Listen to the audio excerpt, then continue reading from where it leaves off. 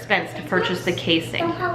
So we decided to make bratwurst patties instead. If you're from Wisconsin, you're familiar with the brat patty. But it's kind of a cool process. So the end result looks like this. I mean, it's not cooked yet, but this is what it looks like. And you could either cook this or you could freeze it. But it has the bratwurst seasoning in it. And it tastes just like a brat, but you're gonna eat it like a hamburger. It's gonna go on a hamburger bun or with maybe on a lettuce wrap with onion and everything else you'd put on top of a brat normally. Some of the other pieces that we ordered for it are these sheets of wax paper. They're really inexpensive. I think we bought 1,000 of them and it didn't cost much at all. The press that Scott has, can I borrow your press for a minute? So this holds a 1/4 pound of meat and you make your patty sort of in a ball. You set a ball of meat on one sheet of paper and put it into the bottom of the press, and then you take the top of the press and you smash it down.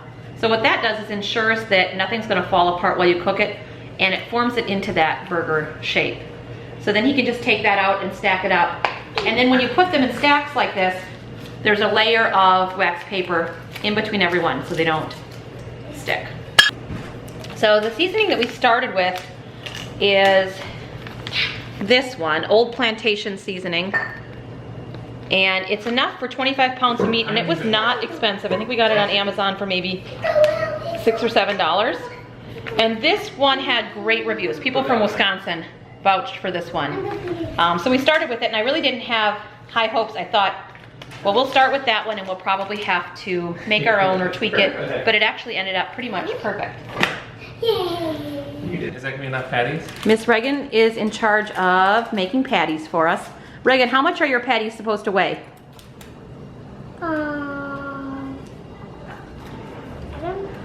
What number are you trying to get on your scale? 4. 4, yep. So that can be your homeschool math for the day. Learning how to make Come on, we're making 1/4 pounders. 4-ounce chunks of meat. All right, what are you at? What is that? Well, I don't think we have enough, so we might just have to. Oh, you might have to make a baby patty. Put everything in and see what we have. You're down to the very end. Oh, you're pretty close, Reagan. You might be able to Get all your crumbs out, and maybe you're gonna be able to get close to 4. But 3.6 wouldn't be a bad one either. You'd like that one. We are getting ready to head outside to work on building some cold frames to start lettuce on our south-facing porch. We have some old lumber and some old windows that I saved from when we replaced all the windows in this old farmhouse. So we're gonna make a couple of cold frames and get some lettuce started early. I don't think you're gonna be able to open it.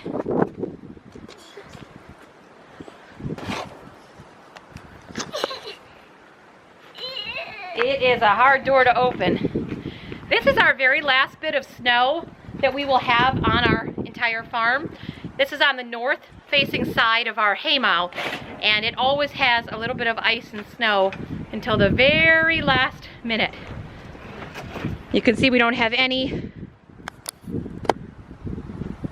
ice or snow anywhere else right now, but this last little bit will remain until that very, very end.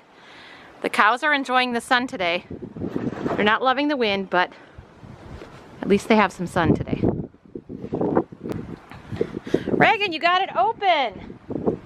Good job. We are on a hunt for materials for our cold frames. I do not like to buy new lumber if we don't have to, and this barn has lots and lots of old lumber in it. So if we're doing a project that doesn't need to have perfect corners or perfect wood, we always try to use up some of the old scraps that are in here. So let's go take a look. How you do it? Push, push, push.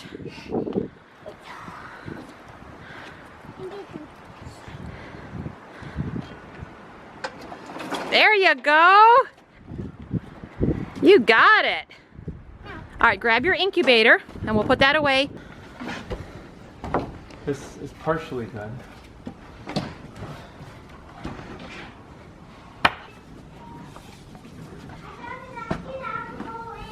Okay. Why do you want it? The girls are out digging around. They're excited. This is one of the windows that we're going to use for our cold frame. These were the windows that were on the farmhouse when we first moved in. They had the old weight and pulley system using these ropes, and were incredibly inefficient. You could feel the wind howling through the windows in January and February. Scott trimmed off the bad section, so now we have a perfectly good piece of wood to use.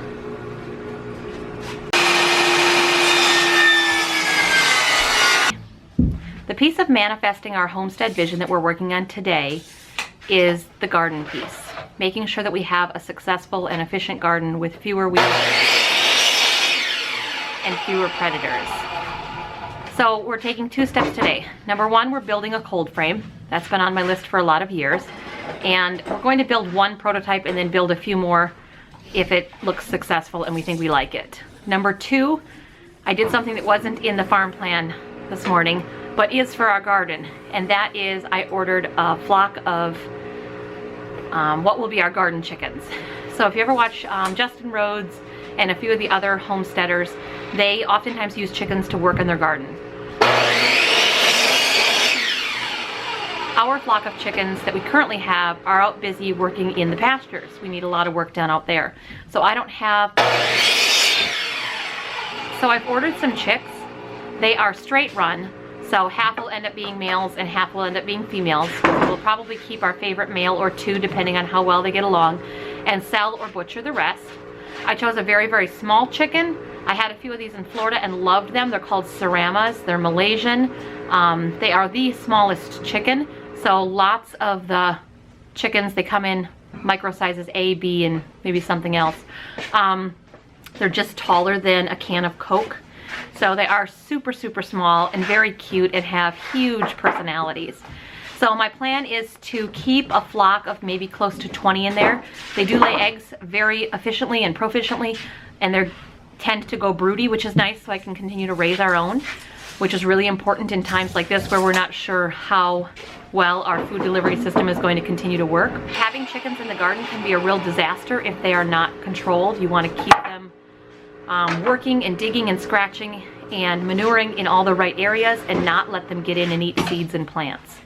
So I have a plan to build a very small portable coop that we can roll up and down the main pathways, and then build them some low to the ground tunnels. They might be called chunnels if you ever look up chicken tunnels on YouTube, and build them some chunnels so that they can work mainly in the pathways. So what we'll do is have the chickens dig, scratch, eat bugs, eat weeds in the pathways, and laying all of their manure and their nitrogen-rich droppings in those pathways. And then the following year we will flip-flop our grow beds with our pathways so that we now have nitrogen-rich, freshly manured, scratched and dug up soil for our vegetables to grow in that the chickens have worked. So that's what we're working on for the garden today. Cold frames, and we are working on, well, we did work on placing a chicken order so we can have some chickens out there. My mom is starting some seeds for us today. I've got some herbs that I want to grow in the windowsill, so we are going to be getting those into pots, the seeds into pots, and getting them on the heat mat to get started. And placing 1 more seed order, I think. I'm not 100% sure that we have enough seeds, especially with starting the aquaponics system. I'm going to be using some extra seeds over there. That's the other thing I did today, was I ordered some of the parts for, I didn't tell you this, but I ordered the parts for the aquaponics system.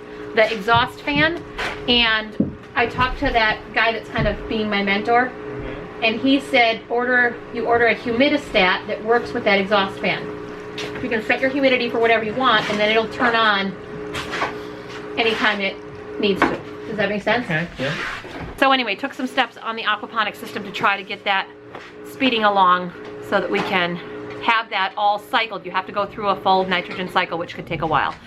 Get that all cycled up and running so that we can have vegetables growing definitely by fall, and I hope a whole lot earlier than that, but I'm not holding my breath that we get that done. As soon as summer hits, we're gonna be so busy on our own projects here that we probably won't have a whole lot of time to work on the aquaponics. I'm hoping it's just kind of in a maintenance phase at that point, and we can just check in on it and fine tune things so we're ready to roll by fall with it. This is my husband's favorite woodworking tool, the Craig jig. If you look at any of the construction on our shelves in our house, which I have a lot of them, they're all put together with a Craig jig. Porch, so they are pretty filthy. Ugh. I don't think the sun can even get through these with all this mud on here.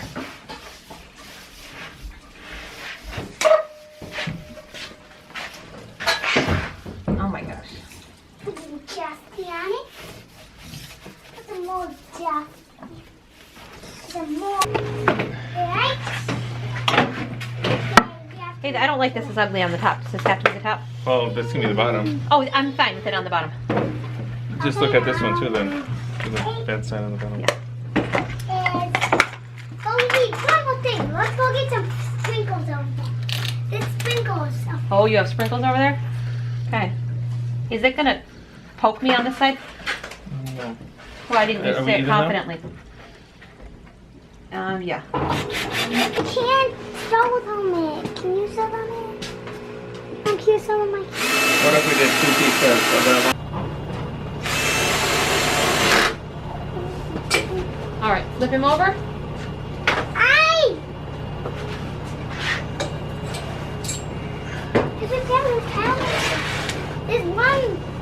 So let me measure that quick. You have this tape measure or do I? Yeah.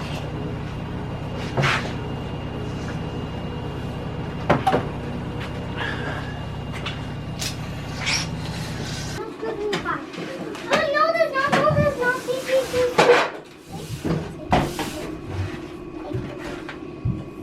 Dad, how is there red line on the floor?